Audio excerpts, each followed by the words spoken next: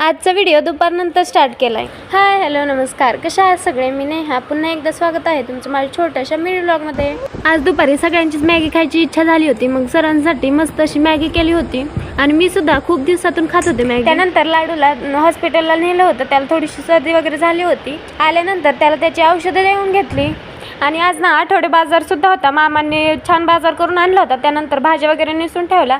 असं निसून ठेवल्यानंतर गडबडीच्या वेळी बरं पडतं. त्यानंतर आज आमच्या हो म्हटले होते की मी बिर्याणी बनवतो आणि खरंच त्यांच्या हातची बिर्याणी ना घरात सगळ्यांना आवडते.